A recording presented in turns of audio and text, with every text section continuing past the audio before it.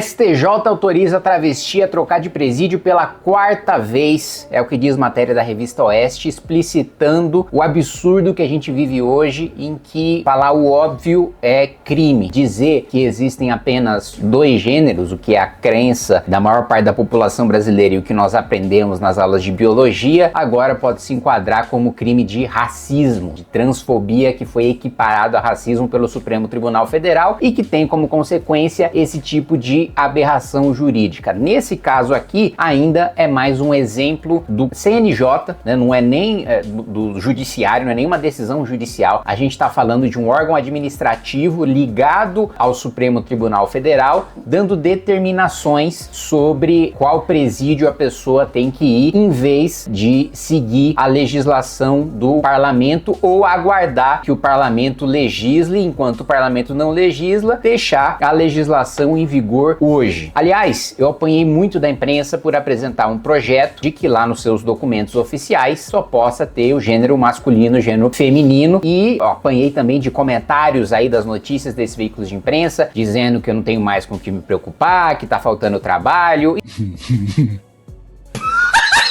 Enfim, primeiro, né, vocês já sabem, coisa de quem não conhece o meu trabalho, né, não à toa recebi por diversas vezes o prêmio de parlamentar mais produtivo da Câmara dos Deputados. Todos vocês sabem da quantidade, da relevância de relatórios e de projetos de lei que eu aprovei nesses 2 mandatos, mas tirando isso, também tem a relevância do projeto em si, que não é uma mera formalidade, não é um detalhe para se tratar no documento, tem consequências da vida real, como o que a gente está vendo agora. Bom, vamos falar sobre esse assunto logo depois que você se inscrever no canal, deixar o seu like, clicar no sininho para receber as notificações, compartilhar esse vídeo e lembrar que nós estamos com o Clube do Livro para você que quiser receber os títulos diretamente aí na sua casa. É só você se inscrever no link que a gente vai deixar aí na descrição. Vamos lá. O ministro Reinaldo da Fonseca, do STJ, determinou a 4ª transferência de presídio para uma travesti com embasamento em sua, aspas, identidade de gênero. Samantha Almeida, atualmente detida, já havia passado por mudanças de unidades prisionais, tanto masculinas quanto femininas em Brasília, motivadas por decisões judiciais e por suas próprias solicitações. Inicialmente, Samantha ficou na Papuda, presídio masculino, depois foi encaminhada para a penitenciária feminina do DF, que é a Colmeia. Em seguida, a justiça autorizou seu retorno à Papuda conforme pedido dela. Posteriormente, ela voltou a requerer transferência para a unidade feminina, mas o pleito foi recusado pela Vara de Execuções Penais do DF e mantido pelo TJ do DF, que alegou preocupações com segurança e estabilidade das unidades. Corretíssima a decisão da Vara de Execuções Penais do DF e do Tribunal de Justiça do DF, e a preocupação está aqui muito objetiva, curta e clara: segurança e estabilidade nas unidades. Se você pode livremente, a qualquer momento, se declarar de um gênero diferente e ficar trocando de prisão no momento que você quer, com o entendimento que você acorda no dia com um gênero diferente, como defendem os malucos da ideologia de gênero, é óbvio que isso traz insegurança, é óbvio que isso facilita inclusive o cometimento de crimes, né? Porque você ficar entrando e saindo do presídio, indo para um e para outro, você pode trazer informações para o crime organizado, você pode fazer transporte de arma, de droga, de celular, de carregador, enfim, abre-se margem para muita insegurança nos presídios. Mas vem aí o STJ e caça a decisão do tribunal, citando a resolução 348 de 2020 do CNJ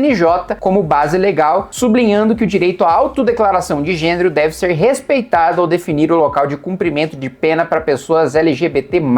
Reinaldo da Fonseca explicou que a legislação impõe o respeito à preferência da pessoa presa em relação ao local de custódia no contexto da identidade de gênero.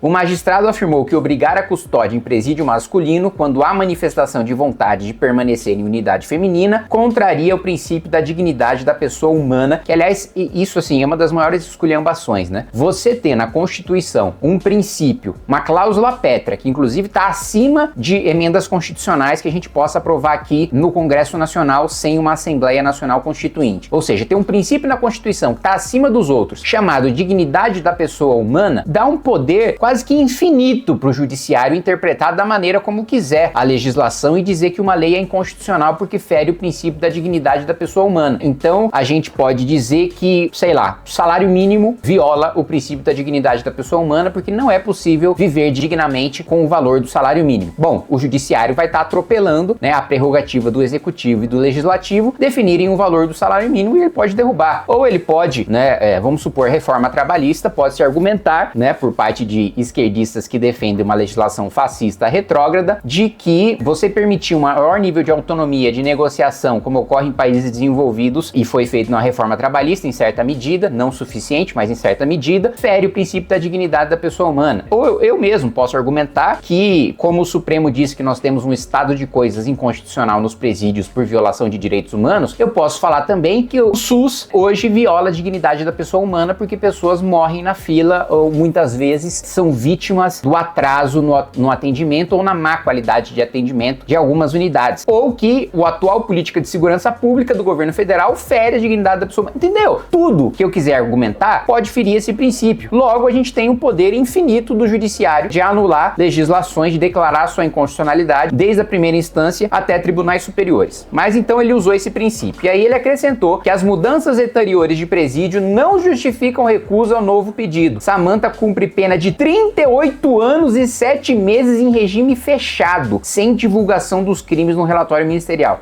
Gente, vocês precisam entender que as penas no Brasil são muito baixas. Para você pegar 38 anos de cadeia, olha, no mínimo, essa pessoa cometeu um homicídio. E um homicídio com requintes de crueldade. Para chegar nesse nível de pena, para você ter uma ideia, se eu não tiver enganado, a pena mínima ali de um homicídio simples, que não tem requintes de crueldade, que não é contra um pai, contra um filho, etc. A pena mínima é de 6 anos. Se eu não tiver enganado, né, se não tiver deixando escapar alguma mudança na legislação, a pena mínima de homicídio simples é de 6 anos. Se ela pegou 38, são vários crimes graves. Eventualmente, né, crimes que têm esse nível de pena, né, são estupro, tortura, terrorismo, né? São dos crimes mais graves que tem, né? Penas nessa magnitude. E aí a gente pega, né, um criminoso dessa periculosidade e dá a liberdade para ele decidir a qualquer tempo qual presídio que ele vai frequentar. Ele sendo biologicamente um homem, inclusive você coloca em perigo a integridade das mulheres presas, né? Porque você vai estar colocando um homem que possui mais força física e que inclusive, né, as esquerdas adotam a tese de que todo homem é um estuprador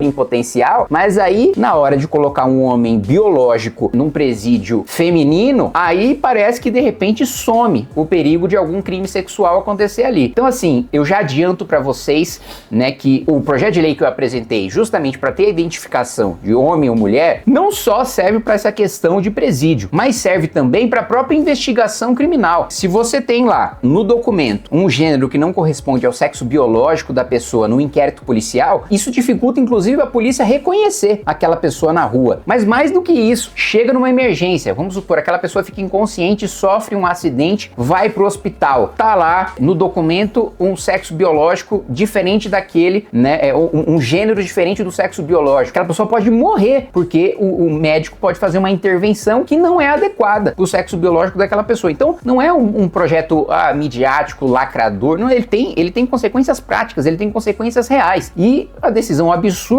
do Superior Tribunal de Justiça, com base do CNJ, que é presidido pelo presidente do Supremo Tribunal Federal, é uma aberração jurídica, é uma aberração do ponto de vista humano e que permite um livre trânsito de criminosos entre presídios e coloca em perigo, né, a integridade física, principalmente de mulheres presas. Então, eu faço esse vídeo para alertar do absurdo que está acontecendo. Tô vendo pouquíssimas pessoas falarem sobre o assunto, falarem sobre essa decisão do STJ e essa resolução do CNJ, e por isso que eu peço para você divulgar, para você compartilhar esse vídeo e a gente espalhar a mensagem.